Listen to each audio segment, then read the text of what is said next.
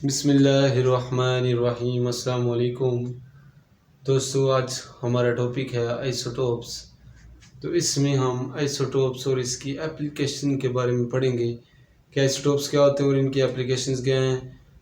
तो वीडियो को अगर अच्छी तरह देखिएगा इंशाल्लाह आपको समझ आएगी और इनकी एप्लीकेशन की भी अच्छी तरह समझ आ गई। और एप्लीकेशन पढ़ते तो हैं कि इनकी ये यहाँ पर इस्तेमाल होता है। अब हम रीज़न देखेंगे कि ये यहाँ पर क्यों इस्तेमाल होता है। तो सबसे पहले आइसोटोप्स की डेफिनेशन देखते हैं।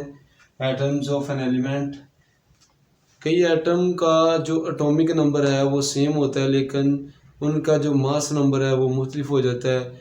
लेकिन वो होते एक ही एलिमेंट के हैं, तो उन एक ही एलिमेंट के डिफरेंट एटम्स जिनका एटॉमिक नंबर सेम हो और जो मास नंबर उनका मुख्तलिफ हो, उनको क्या कहते हैं? Isotopes. Atoms of an element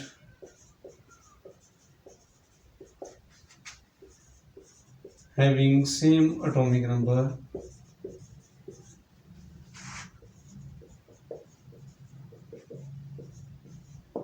but different mass number,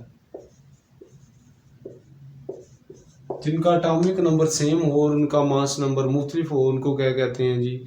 isotopes. इनकी हम एग्जांपल लेते हैं। हाइड्रोजन है, एग्जांपल में लेते हैं हाइड्रोजन।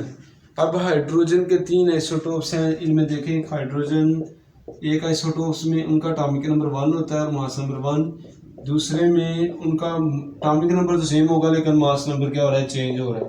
अब तीसरे में ये देखें कि उनका जो मास नंबर 3 होगा लेकिन उनका एटॉमिक नंबर सेम है। और ये देखो, तीनों में एटॉमिक नंबर सेम है। नीचे जो लिखा हुआ है इसको एटॉमिक नंबर कहते हैं, लेकिन इन तीनों का मास नंबर क्या है? मुख्तलिफ है। अब ये तीनों को क्या कहेंगे कि ये तीनों एक दूसरे के क्या हैं? Isotopes. Atom of an elements which have same atomic number but different mass number are called isotopes. अब इसका नेम होता है प्रोटियम, ड्यूटियम एंड ट्रिटियम। इसी तरह बड़ी और एग्जांपल है। कार्बन की हम एग्जांपल ले लें।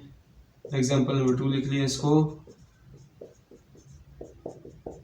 कार्बन का एटॉमिक नंबर 6 होता है। ये 12 आइसोटोप्स में पाया जाता है, जिसमें एटॉमिक नंबर मास इसका 12 हो। ये 13 जिस एक में पाया जाता है इसका, और जो इसका आइसोटोप्स एक 14 एटॉमिक मास वाला भी है। तो ये तीनों में एटॉमिक नंबर सेम है but they have different mass number. तो इसको क्या कहेंगे? ये तीनों क्या है? एक दूसरे के आइसोटोप्स। तो ये इस तरह और भी यूरेनियम की भी हैं, इसी तरह क्लोरीन की भी हैं। हर एक में जो है ऐसी है कि उनका एटॉमिक नंबर सेम होगा और उनका जो मास नंबर होगा वो क्या होगा? मुख्तलिफ होगा।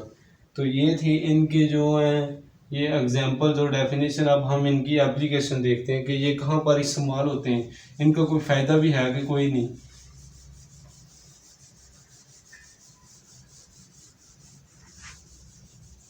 अब इनकी एप्लीकेशन पढ़ते हैं। एप्लीकेशन कहते हैं इस्तेमाल को, कि यहाँ हम कहाँ पर इनको इस्तेमाल कर सकते हैं। पहला जो है, इनको हम इलाज के लिए, बीमारियों के इलाज के लिए इस्तेमाल कर सकते हैं। फर्स्ट पॉइंट क्या है? It can be use for the treatment of many diseases, कि ये बहुत सारी बीमारियों के इलाज के लिए इस्तेमाल होते हैं। ट्रीटमेंट,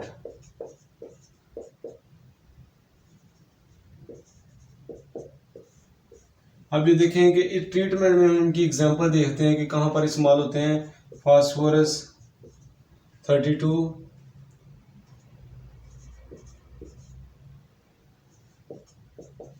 फास्फोरस 32 और जो स्ट्रोंशियम है 92, ये दोनों इस्तेमाल होते हैं कैंसर के इलाज में, स्किन कैंसर के इलाज में। अब ये स्किन कैंसर के इलाज में क्यों इस्तेमाल होते हैं? क्योंकि ये रेडिएशन कार्य करते हैं। जब इनसे जो रेडिएशन खारिज होती हैं, उनको जिस हिस्से में कैंसर है वहाँ पर फॉल की जाता है, तो वो हिस्से में जो सेल्स जो हैं वो ख़तरनाक होते हैं, वो डैमेज हो जाते हैं, जिससे हम स्किन का कैंसर का इलाज कर सकते हैं। Are use for the treatment of skin cancer.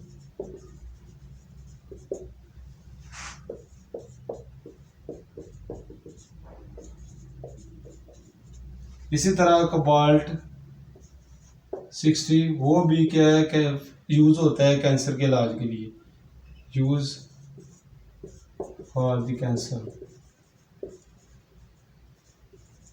तो ये इनका पहला आ गया कि ये बीमारियों के इलाज के लिए इनको इस्तेमाल किया जाता है। दूसरा पॉइंट है ट्रेसेस ऑफ डिसीज।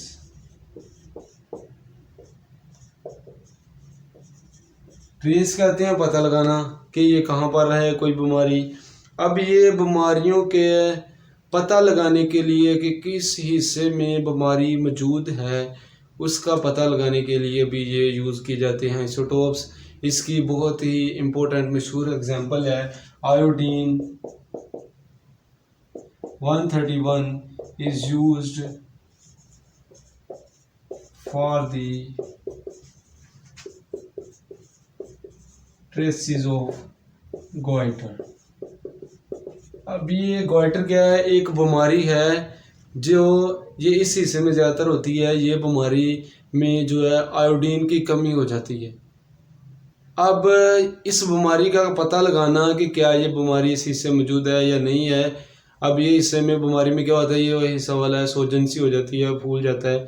तो ये देखें इसका इलाज पता कैसे किया जा सकता है कि इस हिस्से में गोइटर होगी, वहाँ क्या होगी, आयोडीन की कमी होगी। हम वहाँ आयोडीन 131 को फाल करते हैं उस हिस्से में। अगर तो आयोडीन जो है वो हिस्से में जज़ब होना शुरू होगी तो इसका मतलब क्या है कि उस हिस्से में आयोडीन की कमी मौजूद है और गोइटर की बीमारी वहाँ पर है।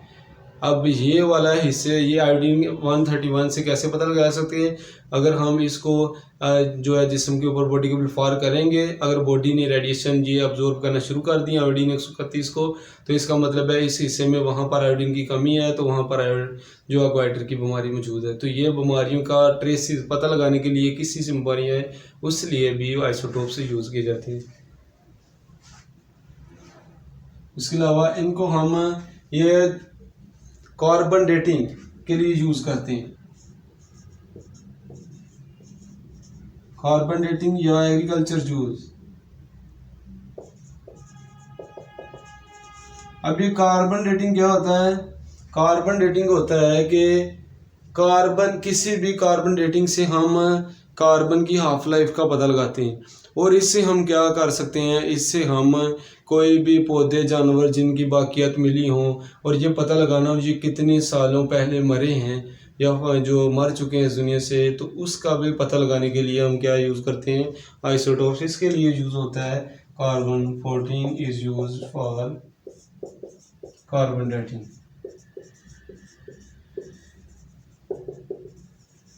सबसे इम्पोर्टेंट इसका यूज़ है अब कि ये पावर जनरेशन बिजली बनाने के लिए यूज़ किया जाता है।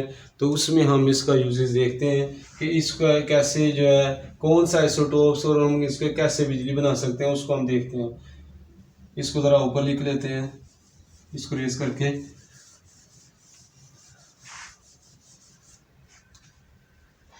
फॉर पावर जनरेशन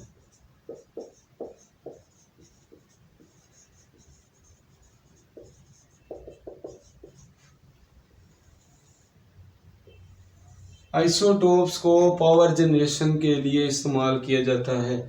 अब ये पावर जनरेशन के लिए कौन सा आइसोटोप्स यूज होता है, यूरेनियम जो 235 इसका आइसोटोप्स है, वो वाला आइसोटोप्स जो है पावर जनरेशन के लिए इस्तेमाल होता है। अब ये देखेंगे यूरेनियम का एटॉमिक नंबर होता है 92 और ये 235। इस आइसोटोप्स के ऊपर जब हम न्यूट्रॉन की बुझाड़ करते हैं तो इस आइसोटोप से बेरियम, क्रिप्टॉन, साथ में 3 न्यूट्रॉन और प्लस एनर्जी बनती है। कैसे हम ये आइसोटोप्स को पावर जनरेशन के के लिए इस्तेमाल कर सकते हैं, इसके लिए यूरेनियम 235 इसका आइसोटोप्स यूज़ होता है। उसके ऊपर क्या किया जाता है कि न्यूट्रॉन की बौछार की जाती है न्यूट्रॉन उसके ऊपर मारा जाता है तो क्या होता है कि ये बेरियम और क्रिप्टॉन में टूट जाता है और साथ में 3 न्यूट्रॉन और एनर्जी पैदा करता है। अब इस एनर्जी से हम जो हैं वो आगे इलेक्ट्रिसिटी बनाने के लिए इस्तेमाल करते हैं। कैसे इससे इलेक्ट्रिसिटी बनाई जाती है? इससे हम पानी को भाप में तब्दील करते हैं, फिर वो भाप से आगे टरबाइन और जनरेटर वगैरह चलाए जाते हैं, फिर से इससे हम क्या कर सकते हैं, जो इलेक्ट्रिसिटी पैदा कर सकते हैं। तो ये थे आज का टॉपिक है इस आइसोटोप्स की डेफिनेशन और इनकी एप्लीकेशन। तो ये एप्लीकेशन ज़रा सारी अच्छी तरह इनका जो मटेरियल होगा वो हम वीडियो के एंड पे अटैच कर देंगे। Thanks for